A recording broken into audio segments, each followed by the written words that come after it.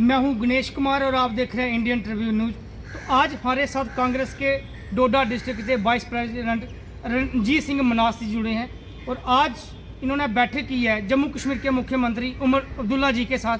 तो इनसे जानना चाहूँगा किन किन मुद्दों को लेकर इन्होंने चर्चा की है और क्या किन किन बातों को आज ये हमारे चैनल के माध्यम से अपने जम्मू कश्मीर के लोगों तक मैसेज देना चाहेंगे। तो सबसे पहले रणजीत सर, मैं आपका बहुत बहुत स्वागत करता हूं। आपने जो मुझे समय दिया है आज अपने इस मीडिया के माध्यम से आपकी आवाज़ जो है जनता तक पहुंचाने का। सबसे पहले मैं आपका शुक्रिया अदा करता हूं ठाकर साहब। आज 10:55 पे हमने उमर अब्दुल्ला साहब से हमने अपना एक डेपुटेशन हमारे सेक्रेटरी सिविल सेक्रेटरी जम्मू में मिले उनसे, और हमने चंद पहले तो उनको मुबारक दी। हमने जब से वो सीएम की उन्होंने ये ऑथ ली थी हम मिल नहीं पाए थे। हमारी कोलिशन सरकार है, तो उमर साहब को मैंने एक मेमोरेंडम पेश किया है जिसमें पहला हमारा था डिस्ट्रिक्ट डोडा में एक प्रोजेक्ट है पावर प्रोजेक्ट दुर्नती, जो उनके दौर में शुरू किया गया था। वो बंद पड़ा है, तो मैंने रिक्वेस्ट की कि वहाँ उसको दोबारा स्टेट गवर्नमेंट की हाथ में है वो उसको बहाल किया जाए, ताकि वहाँ 15 से 20 हज़ार नौजवानों को रोज़गार मिलेगा। दूसरा मैंने स्टेट के बारे में बात की कि मैंने कहा उमर साहब, आप पूरे इतनी जनता को इतने नौजवानों को ये नौकरियाँ तो दे नहीं सकती है सरकार, इसलिए एक जामिया पॉलिसी बनाई जाए और सेंट्रल गवर्नमेंट से मनरेगा को जो है 20,000 है उसको 80,000 किया जाए। वो हैंड टू माउथ सीधा गरीब के घर में जाता है, और कम से कम जो लोग जॉब कार्ड बनाएंगे, खवा पढ़ा लिखा है खवा अनपढ़ है, लेकिन वो क्या काम करेंगे और वो अपना मोबाइल का खर्चा और अपने घर का खर्चा भी, ये बेहतरीन एक मैंने उनको दिखाया, उनने इस पर यस किया।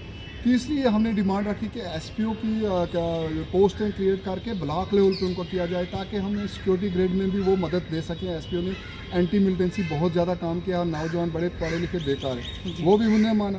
तीसरा मैंने एक मसला उनको बोला कि आप जितने पढ़े लिखे लोग हैं नौजवान हैं उनको मेडिकल लाइसेंस, ये दवाई लाइसेंस आप पंचायत लेवल पे दें, ताकि बहुत से लाखों लोग जो हैं रोज़गार होंगे। और उन्होंने उसमें एग्री किया। मैंने कहा ऐसी एक जामिया पॉलिसी बनाई जाए कि उनको मेडिकल लाइसेंस बनाए जाए, तो लोग जो हैं अपनी दुकानदारी करके, कहीं छोटी मोटी दुकान करके एक नौजवान जो है अपना रोज़गार अपने घर को पाल सकता है।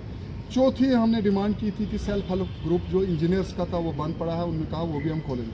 पाँचवा हमने कहा था, रखा है अपनी मेरे इसमें मेमोरेंडम में कि मिलिटेंसी अफेक्टेड जो लोग थे जिनकी फाइलें दूर चाट रही हैं उनको अभी तक एसआरओ बेनिफिट नहीं मिला है, किसी कोताही की वजह से उनको वो टाइमली अप्लाई नहीं कर रहे हैं, तो उन्होंने इसमें माना कि इन चीज़ों को हम हंगामी बुनियाद पे हल करेंगे और ये एक अच्छे सुझाव हैं, इसमें सरकार जो है पहल करेगी। देखिए मुद्दे तो बहुत हैं।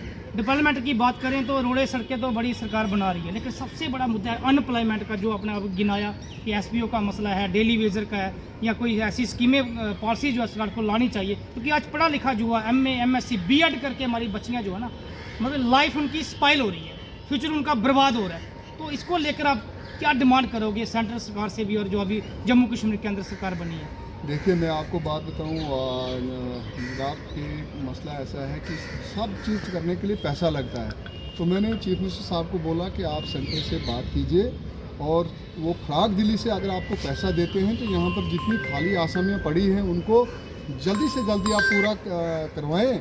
सर्विस सिलेक्शन बोर्ड को पीएससी के थ्रू जितनी भी पोस्ट हैं, उसके अलावा आप कोई जामिया पॉलिसी ऐसी बनाएं कि हर बंदे को तो नौकरी नहीं मिलेगी। उसके लिए लाइसेंस का मैंने आइडिया दिया, उसके लिए मैंने जॉब कार्ड ये जो है जिसमें मनरेगा के थ्रू लोगों को अपना ये सरकार की तरफ से गारंटी मिलती है। उसके अलावा कुछ फॉरेन भेजने के, जैसे सऊदीया में या बाहर हमारे लड़के जाते हैं, उसमें नरमी लाई जाए, लोग बाहर भी जाएं, किसी बाहर की कंपनी में काम करें, उससे हमारा रेवेन्यू भी आएगा। इस पर वज़ीर आला साहब ने हमें यकीन दिलाया है कि ये बड़े अच्छे सुझाव हैं, और हम इसमें रात दिन करके मेहनत करेंगे और कुछ न कुछ लोगों को इसका हासिल होगा। कम से कम इतना तो सरकार कर सकती है, जितने भी डिपार्टमेंट है A to Z, काफ़ी पोस्टें वैकेंट हैं, सर्वे तो करा सकती है, ताकि पता तो चले कि कितनी कमियां हैं किसी डिपार्टमेंट में, चाहे एजुकेशन हो, हेल्थ हो, फॉरेस्ट हो, कोई भी हो। तो ये सरकार को देखना चाहिए। अगर काम सही से करेगी तो आने वाले इन फ्यूचर में भी लोग इनको मौका देंगे। तो इसके बारे में कुछ बोलोगे, क्या ये होना चाहिए? देखिए ऑनरेबल चीफ मिनिस्टर साहब ने बोला कि हम हंगामी बुनियाद पे जो है तमाम पोस्टें जो हैं जिन खाली पड़ी हैं वो हर डिपार्टमेंट से मांग रहे हैं और सर्विस सिलेक्शन बोर्ड को रेफ़र कर रहे हैं। लेकिन उन्होंने ये भी बात बोली कि हम ये चाहते हैं कि मार्च से पहले रिक्रूटमेंट पॉलिसी जो है वो तेज़ी से जितने खाली आसाम में पड़ी हैं, लेक्चरर हो, पटवारी हो, कोई भी किसी सेक्टर में, एग्रीकल्चर में, फॉरेस्ट में, तो वो करवाएंगे। उसके अलावा जो मैंने बोला कि भाई कुछ लोग जो ऐसे डिपेंड हैं, यहाँ पर प्राइवेट सेक्टर है ही नहीं J&K में, यहाँ डिपेंडेंट गवर्नमेंट सर्विस वो है नहीं, तो उसके लिए कोई ऐसी जामिया पॉलिसी बनाई जाए ताकि हर नौजवान जो है अपने लेवल पे अपने रोज़गार खड़ा करने के लिए वो अपने लेवल पे खड़ा हो। मैंने कहा बैंकों में लोन का जो सिस्टम है, लोन वो नरम किया जाए। पढ़े लिखे आदमी को लोन निकालने के लिए वो दफ्तर वो चक्कर काटने पड़ते हैं, उसके लिए भी कोई पॉलिसी बनाई जाए ताकि एक नौजवान को अगर आप लोन देंगे, वो लोन से अपना कोई मुर्गे का फार्म है, डेयरी फार्म है या और दूसरा सेक्टर है, गाड़ी है, कुछ इन चीज़ों में मैंने कहा कम से कम नरमी लाई जाए ताकि लोग जो हैं अपना रोज़गार बेहतर ढंग से यहाँ इज्जत से कमा सकें। और आखिरी सवाल हो, जब से यूटी बनी है, जब इलेक्शन हुई थी तो कहा गया था कि स्टेटहुड वापस आएगी, आपको क्या लगता है कि अभी भी यूटी है, एलजी प्रशासन भी है, एक तरफ एनसी की गवर्नमेंट है, तो क्या लगता है कि एनसी सही से काम कर पाएगी?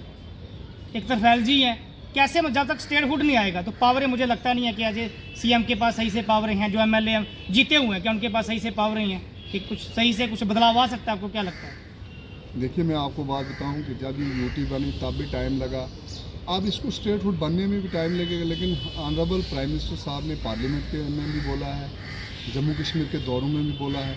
अब इसमें उनको क्या देख रहे हैं, लेकिन तमाम पार्टियां इसमें डिमांड कर रही हैं, इसमें एनसी हो, पीडीपी हो, कांग्रेस हो, जितनी हमारी पॉलिटिकल पार्टियां सब तो हैं, देश की पार्टियां ना, सब चाह रही हैं कि हम इज्जत और सामान के साथ हमारी यहाँ सरकार चले, यहाँ की असेंबली को पावर हो, यहाँ की असेंबली कोई कानून बनाए, यहाँ की असेंबली कोई काम करे, कुछ कोई भी काम। लेकिन हमें पूरा विश्वास है कि सरकार जो है, सेंट्रल सरकार जो है वो सेशन ऑफ पार्लियामेंट सेशन चलने वाला है। मुझे यकीन है कि इस पार्लियामेंट सेशन में कुछ न कुछ डिसीजन लेके यहाँ स्टेटहुड वो बहाल करेंगे। तो धन्यवाद आपका, बहुत बहुत शुक्रिया, बहुत बहुत शुक्रिया आपका यहाँ वक्त देने के लिए। हमने पब्लिक के मुद्दे जो हैं ऑनरेबल सीएम साहब के साथ उठाए हैं, और जो भी डिमांड्स हैं जिसमें जैसे जो जो रखा है ये हमने नौजवानों के लिए रखा है। मुझे यकीन है कि अगर ये पॉलिसी बनती हैं तो हमारे हर घर, हर नौजवान तक ये पॉलिसियाँ पहुँचेंगी। शुक्रिया। तो ये थे कांग्रेस के डिस्ट्रिक्ट वाइस प्रेसिडेंट डोडा जी के रणजीत सिंह मनास जी, जिन्होंने ये विश्वास दिलाया है कि काफ़ी उम्मीद है उमर अब्दुल्ला सरकार से कि जो जो दिक्कतों का सामना आज रोज़गार को लेकर या किसी भी परेशानियों को लेकर लोग कर रहे हैं वो बेहतरी से काम करेंगे। तो देखते रहिए इंडियन ट्रिब्यून न्यूज़ के साथ मैं हूँ गणेश कुमार।